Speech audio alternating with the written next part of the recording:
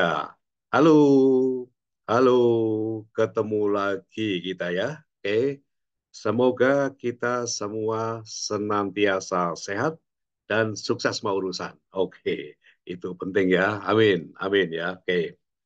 Ah, pada video ini akan dibahas bagian dari proses penyelesaian perselisihan hubungan industrial ya. Proses penyelesaian perselisihan hubungan industrial. Pada proses tersebut, ada satu kondisi yang bisa dikatakan tidak berimbang, tidak seimbang gitu ya. Ya, yaitu pada penyelesaian perkara perselisihan antara tiga lembaga yang mereka boleh memilih. Jadi ada tiga lembaga yang mereka boleh memilih, yaitu memilih mediasi, konsiliasi, atau melalui arbitrase. Oke. Nah, supaya lebih jelas ya, eh, secara tahapan penyelesaian perselisihan hubungan industrial itu bisa dipilah menjadi tiga atau empat tahap, yaitu tahap pertama, tahap pertama adalah perundingan bipartit. Jadi ketika terjadi perselisihan, penyelesaian tahap pertama yang harus dilaksanakan adalah melakukan perundingan bipartit para pihak yang berselisih itu ya. Oke. Tahap kedua, setelah perundingan bipartit tidak mencapai kesepakatan, maka ada tiga lembaga yang bisa dipilih salah satu, yaitu menyelesaikan perselisihan melalui mediasi, konsiliasi, atau arbitrase. Itu tahap kedua. Nah, tahap ketiga, ya pengadilan hubungan industrial. Pengadilan hubungan industrial, dan ini dapat berlanjut ke tahap banding, ke kasasi Mahkamah Agung. Tetapi untuk bisa banding itu hanya dua jenis perselisihan, yaitu perselisihan PHK dan perselisihan hak. Adapun dua perselisihan lain, yaitu perselisihan kepentingan dan perselisihan antar SPSP dalam satu perusahaan itu hanya bisa sampai di pengadilan industrial saja. Oke, jadi tahap keempat, tahap terakhir itu adalah tahap banding atau kasasi di Mahkamah Agung. Nah, di sini adalah tahap kedua, yaitu kan ada tiga pilihan ini, milih salah satu ya, mediasi, konsiliasi, atau arbitrase. Di sini ya, yang ada bukan masalah sih, tapi adalah suatu situasi di mana konsiliasi dan arbitrase itu dua lembaga yang sepi perkara, sepi perkara. Perkara hampir semuanya mengalir ke mediasi. Kenapa demikian? Oke, inilah yang akan kita bahas. Oke ya, oke, baik. Nah, judul daripada video ini ya tampil di screen ya, yaitu konsiliasi dan arbitrase sepi perkara, beda dengan mediasi. Oke, ya, oke. Jadi pada video ini akan dibahas judul itu ya. Oke, baik. Pada penyelesaian perselisihan pada Undang-Undang Nomor 2 tahun 2004, ada tiga lembaga yang punya kewenangan, tadi sudah disampaikan ya, menyelesaikan perselisihan hubungan industrial sebelum perkara berlanjut ke pengadilan umum industrial, yaitu memilih mediasi, konsiliasi, atau arbitrase. Oke. Khususnya arbitrase, ya, perkara selesai di lembaga ini. Karena arbitrase itu seperti pengadilan, bersifat memutus perkara. Ya. Nah, di sini putusan arbitrase itu putusan yang final dan mengikat. Jadi tidak bisa dibanding ke Mahkamah Agung, ya, tidak bisa dibanding. Oke. Selesai di situ. Oke. Undang-Undang Nomor 2 tahun 2004 ini sudah berumur 20 tahun. Undang-undang ini kan diundangkan tahun 2004. Nah, sekarang tahun 2024. 20 tahun ya. Oke. Berdasarkan fakta yang ada, bisa disimpulkan bahwa lembaga konsiliasi dan arbitrase sepi perkara. Sepi perkara. Sedikit sekali perkara yang ke sana. Sebagian besar atau hampir semuanya semua ke mediasi. Artinya sangat sedikit perkara masuk ke konsiliasi dan arbitrase ya. Oke. Mengapa demikian? Nah, kita bahas dalam video ini jawabannya atas pertanyaan di atas. Oke. Oke. Ya, ya. Eh, Penyelisihan perselisihan hubungan sosial itu diatur dalam Undang-Undang Nomor 2 Tahun 2004 ya. Oke. Sebelum itu, penyelesaian perselisihan perburuan diatur dalam Undang-Undang Nomor 22 Tahun 1957. Banyak kelemahan dalam undang-undang ini ya jelas lah. Ini kan dibuat zaman masih ya belum lama merdeka lah katakanlah waktu itu. Dimaklumi kondisi negara waktu itu sebagai negara baru merdeka banyak sekali diperlukan peraturan di berbagai segi kehidupan dalam negara. Nah, tentunya ya tidak bisa bertahan pada yang yang kurang bagus ya. Jadi memang Undang-Undang Nomor 22 Tahun 1957 itu perlu diperbaiki gitu kan. Nah, perkara penyelesaian perburuan berdasarkan Undang-Undang 22 1957 itu lama selesai ya. Bisa bisa sampai setahun. Bahkan apa beberapa perkara itu uh, bisa sampai 2 tahun di pengadilan. Ya. Ini menjadi panjang karena waktu itu uh, putusan-putusan di Undang-Undang Nomor 22 Tahun 1957 itu perselisihan perbulan itu bisa sampai kemudian ke Mahkamah Agung waktu itu ya karena adanya Undang-Undang PTUN waktu itu Pengadilan Tata Usaha Negara ya. Oke, ya itu cerita masa lalu lah kira-kira begitulah. Oke, bisa dikatakan bahwa banyak perbaikan dilakukan dalam Undang-Undang Nomor 2 Tahun 2004. Memang demikian ya. Ketika memang itu harus diperbarui, maka ya memang harus diperbarui, harus diperbaiki. Nah, banyak sekali perbaikan ya. Oke. Untuk membuat perselisihan hubungan perburuan lebih berkualitas. Jadi memang begitu ya. Tentunya perbaikan harus memberikan kualitas lebih bagus kan. Hasilnya lebih singkat, durasinya untuk penyelesaian perkara. Dan itu sudah dilaksanakan di Undang-Undang Nomor 2 Tahun 2024. Oke. Namun di sisi lain ternyata ada juga yang ternyata kelemahan pada Undang-Undang Nomor 2 Tahun 2004.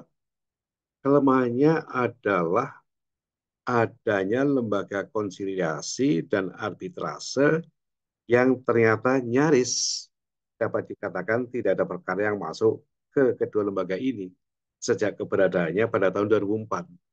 Ya begitulah. Para pihak yang berperkara bisa dikatakan semuanya memilih penyelesaian melalui mediasi. Meskipun ketika perlindungan pribadi gagal, mereka dapat memilih. Jadi bisa memilih mediasi, konsiliasi, atau arbitrase untuk menyelesaikan perselisihan. Mengapa demikian? Ya, ini akan kita bahas di video ini. Oke. Jadi sepertinya bisa dikatakan bahwa pembuat Undang-Undang Nomor 2 Tahun 2004 itu salah antisipasi. Ya, padahal secara logika sudah jelas bahwa konsiliasi dan arbitrase akan tidak terpilih oleh para pihak yang berselisih. Mengapa demikian? Kita akan bahas di dalam video ini. Oke, ya. Tampil di screen ya, tampil di screen itulah bagan atau chart ya tentang proses penyelesaian perselisihan hubungan sosial ya. Jelas di situ ya. Kan ada 4 macam uh, perselisihan ya, perselisihan hak, perselisihan kepentingan, perselisihan PHK, perselisihan antar SPSB. Semua itu sebelum ke pengadilan harus melalui perundingan bipartit ya. Kalau memang selesai di situ ya bagus gitu kan. Tapi kalau tidak selesai maka eh, setelah perundingan bipartit dinyatakan tidak mencapai kesepakatan, maka berkas itu harus diserahkan oleh satu pihak atau para pihak ke Disnaker. Nah, ke Disnaker ditunggu 7 hari kerja. Mereka tidak memilih ke arbitrase atau konsiliasi, maka oleh Disnaker berkas perkara itu diserahkan ke mediator. Mediator di Disnaker. Oke, oke. Jadi mediator memang ASN ya, pegawai negeri lah katakanlah di Disnaker. Oke. Nah, inilah yang membuat pekerja itu nyaman. Jadi cukup menyerahkan berkas, kemudian nanti akan disidangkan di mediasi, uh, dipanggil untuk bersidang ya oleh mediator seperti itu. Nah, ini gambarannya seperti itu. Oke, sekarang kita lihat mediator ya di bawah ini ya. Apa itu slide berikutnya? Di sebelah kiri ada ada mediator, ya, ada pengusaha dan pekerja, ya, di slide sebelah kiri. Mereka melakukan perundingan bipartit, tapi ternyata perundingan bipartit itu gagal mencapai kesepakatan. Nah, tadi saya sampaikan, yaitu berkas diserahkan ke mediator. Mediator, ya, oke. Eh, diserahkan ke Disnaker dulu, ya, diserahkan ke Disnaker dulu. Nah, setelah diserahkan ke Disnaker tadi, ya, ditunggu sampai eh, 7 hari kerja. Kalau tidak menyerahkan itu ke konsiliasi atau arbitrase, maka diserahkan ke mediator. Nah, kemudian mediator mengirimkan panggilan pada pengusaha dan pekerja, para pihak yang berselisih, untuk perkara itu diselesaikan di mediasi. Oke, jadi penjelasan ada di sebelah kanan, ya. Oke, saya kira cukup jelas tadi sudah saya sampaikan, ya. Oke, kita lanjut, ya. Ya. Nah, kemudian eh, kita lihat sekarang bagaimana konsiliasi. Ya. Bagaimana konsiliasi. Pada pasal 18 Undang-Undang Nomor 2 Tahun 2004, ya, tentang penyelesaian perselisihan krusial, pada ayat 2 pasal 18, penyelesaian oleh konsiliator sebagaimana dimaksud dalam ayat 1 dilaksanakan setelah para pihak mengajukan permintaan penyelesaian secara tertulis kepada konsiliator yang ditunjuk dan disepakati oleh para pihak. Jadi kalau akan melakukan penyelesaian melalui konsiliator itu, ya itu tadi, harus cari sendiri siapa konsiliatornya. Kalau mediator tidak kan, karena mediator ini sudah ditentukan. Mediator yang menentukan dia akan memilih apa, menyelesaikan perkara yang melalui mediasi gitu kan. Tapi kalau untuk ini para pihak yang berselisih cari sendiri konsiliatornya. Nah, konsiliator itu bisa dilihat di daftar di Disnaker setempat lah, siapa saja konsiliator. Oke, oke. Ayat 3, para, para pihak dapat mengetahui nama konsiliator yang akan dipilih dan disepakati. Ada daftar nama konsiliator, itu di Disnaker setempat. Oke, nah di sini konsiliator itu hanya berwenang, sebelah kanan ya penjelasan, konsiliator itu hanya berwenang untuk menyelesaikan 3 macam perselisihan, yaitu perselisihan kepentingan, perselisihan PHK, dan antar serikat pekerja, serikat buruh dalam satu perusahaan. Jadi konsiliator tidak berwenang untuk menangani perselisihan hak. Nah, ya, itu ya. Ini apa sudah kelihatan di sini ya. Kalau mediasi kan semuanya dapat ke mediasi, ya kan? Perselisihan hak, perselisihan kepentingan, perselisihan PHK, perselisihan antar SP, ya, serikat pekerja serikat buruh dalam satu perusahaan itu semuanya dapat ditangani oleh mediator. Oke. Nah, itu adalah tentang konsiliasi seperti itu. Ya, lihat ya pantas ya kok tidak menarik gitu kan. Habis mencari konsiliator sendiri kan, ya kan ribet begitu kan. Oke. Dan di sini juga nanti ada administrasi dan sebagainya. Ya, pokoknya ribet lah kalau melalui konsiliasi. Oke, tidak dengan kalau melalui tadi diserahkan ke Disnaker, kemudian ke mediasi. Oke, baik. Kita lihat selanjutnya pada screen berikutnya yaitu mengenai arbitrase. Nah ini, arbitrase itu jauh lebih rumit lagi. Jauh lebih rumit lagi. Paling tidak di sini ada 15 hal yang cukup rumit. Lebih dari itu ya. Dan bisa dibayangkan betapa ribet dan rumitnya arbitrase. Eh, arbitrase ya, oke. Di slide itu. Pokok-pokok aturan penyelesaian perselisihan melalui arbitrase. Oke, satu, arbitrase berwenang menangani eh, perkara perselisihan, hanya perselisihan kepentingan dan perselisihan antar serikat pekerja serikat buruh dalam satu perusahaan. Jadi hanya berwenang menangani 2 itu saja. Dan 2 perselisihan itu adalah perselisihan yang langka memang. Perselisihan kepentingan jarang. Perselisihan kepentingan itu adalah perselisihan tentang biasanya terjadi pada waktu pembaharuan peraturan perusahaan dan PKB. Nah, mereka beda pendapat di situ. Ya, itu yang dimaksud dengan perselisihan kepentingan itu di situ. Ya, beda dengan perselisihan hak. Kalau perselisihan hak memang hak yang tidak diberikan dan perselisihan PHK juga jelas karena tidak ada kesepakatan melakukan PHK. Tapi kalau kepentingan jarang karena hanya seperti dua tadi yang disampaikan ya. Jadi pada waktu pembaruan PP atau PKB mereka beda pendapat, beda pemahaman, di situ mereka berselisih. Apalagi perselisihan serikat pekerja serikat buruh itu biasanya bisa langsung diselesaikan di situ dengan damai lah karena apa manajemen juga akan membantu menyelesaikan itu ya mendamaikan para pihak yang berselisih. Oke. Mungkin rebutan anggota atau rebutan fasilitas itu perselisihan SP di satu perusahaan. Oke. Kemudian eh, di sini yang kedua, arbiter yang berwenang menyelesaikan perselisihan finansial harus arbiter yang telah ditetapkan oleh menteri. Menteri adalah menteri ketenagakerjaan. Ada di sana daftarnya. Arbiternya itu siapa saja. Arbi, arbiter untuk penyelesaian perselisihan finansial. Oke. Tiga, penyelesaian perselisihan finansial melalui arbiter dilakukan atas dasar kesepakatan para pihak. Jadi para pihak itu harus bersepakat dulu bahwa mereka kasusnya akan diselesaikan melalui arbitrase. Ribet lagi di sini. Ya, keempat ini kesepakatan para pihak yang berselisih sebagaimana dimaksud dalam angka 3 dinyatakan tertulis.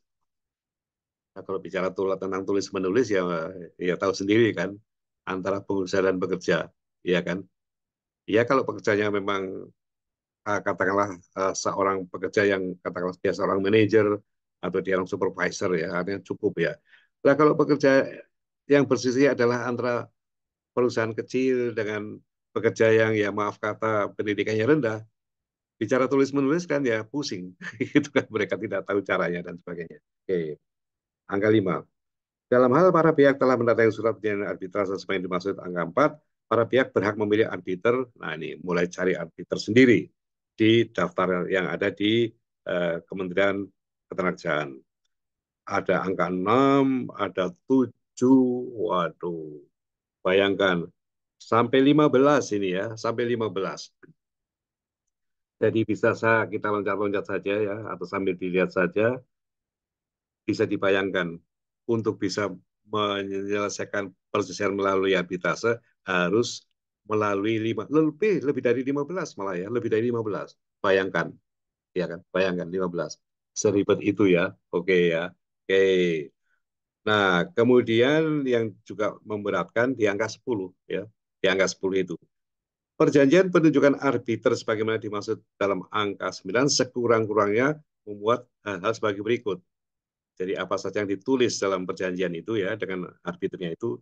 Nah, pada huruf C itu biaya arbitrase dan honorarium arbiter bayar. Jadi para pihak itu bayar ke arbiternya. Waduh, ya benar-benar bayar. Ya, ya nggak tahu berapa ya tergantung kesepakatan para pihak. Jadi kebayang ya untuk menyelesaikan begitu ribet dibandingkan dengan yang tadi, yang melalui mediasi itu tadi. Jadi setelah penunjukan Bupati gagal, serahkan berkasnya kepada Disnaker, ditunggu 7 hari kerja oleh Disnaker, dan mereka tidak ke konsiliasi atau arbitrase, maka Disnaker menyerahkan berkas itu ke mediator. Karena nanti mediator akan menjadwalkan kapan sidang mediasi dilaksanakan. Maka mediator akan kirim undangan kepada para pihak untuk hadir dalam sidang mediasi. Enak kan? Artinya ya apa itu berkas itu jalan sendiri gitu kan ya sampai ke mediasi itu jalan sendiri. Nah beda dengan tadi apa konsiliasi dan arbitrase itu ada 15 langkah lebih dari itu ya ini hanya dirangkum. Oke. Angka 15 yang terakhir ya. Terhadap putusan arbitrase salah satu dapat mengajukan permohonan pembatalan. Nah bisa dibatalkan putusan arbitrase itu karena putusan arbitrase itu sifatnya final dan mengikat, ya kan? Ini tidak bisa diutik-utik lagi oleh Mahkamah Agung. Yang bisa diutik-utik itu adalah kalau ada eh, suatu permohonan pembatalan. Nah, permohonan pembatalan itu harus ada alasannya. Ya, ada 5 macam alasan. Salah satu harus terpenuhi. Jadi apa terhadap putusan arbitrase, salah satu pihak dapat mengajukan permohonan pembatalan kepada Mahkamah Agung. Nah, bisa dibatalkan, tapi harus memenuhi salah satu dari lima hal ini, A, B, C, D, E ini. Salah satu saja ya. Itu bisa bisa sebagai alasan untuk diproses pembatalan, dipelajari oleh Mahkamah Agung, akan dibatalkan atau tidak putusan arbitrase. Oke, ribet ya. Oke. Nah, sudahlah, cukup jelas ya keribetannya. Dan masih lebih dari ini ada juga ya, tapi tidak satu list. Oke. Catatan di bawah, dengan panjang, lama, dan berikunya proses penyelesaian perkara pada arbitrase finansial, tidak menjadi heran bila para pihak yang berperkara mundur teratur. Sudah nggak kepikir lagi untuk harus ke arbitrase. Ya, apalagi memang cuma dua perkara yang bisa ke sana, yaitu perkara perselisihan kepentingan dan perselisihan antara SPSB dalam satu perusahaan. Tidak ada yang mau atau bersedia perselisihan mereka ditangani oleh arbitrase. Adanya biaya perkara yang wajib dibayar oleh para pihak yang berselisih, ya merupakan salah satu alasan mereka tidak memilih arbitrase. Oke, cukup jelas ya. Oke, jadi rangkumannya adalah satu, penyelesaian perselisihan hubungan sosial melalui mediasi, para pihak cukup melaporkan hasil perundingan bipartit yang gagal dengan menyerahkan semua dokumen terkait dalam perundingan bipartit. Para pihak hanya tinggal menunggu undangan dari mediator untuk hadir dalam sidang mediasi. Semua macam perselisihan dapat diselesaikan pada mediasi. Empat macam itu ya, bisa oleh mediasi. Oke. Angka dua, penyelesaian perselisihan hubungan sosial melalui konsiliasi tidak dapat menyelesaikan perselisihan hak. Ya, padahal perselisihan hak itu banyak. Nah, gitu kan. Oke. Para pihak harus menghubungi mencari sendiri konsiliator dan sebagainya ribet. Lah, katakanlah begitu. Oke.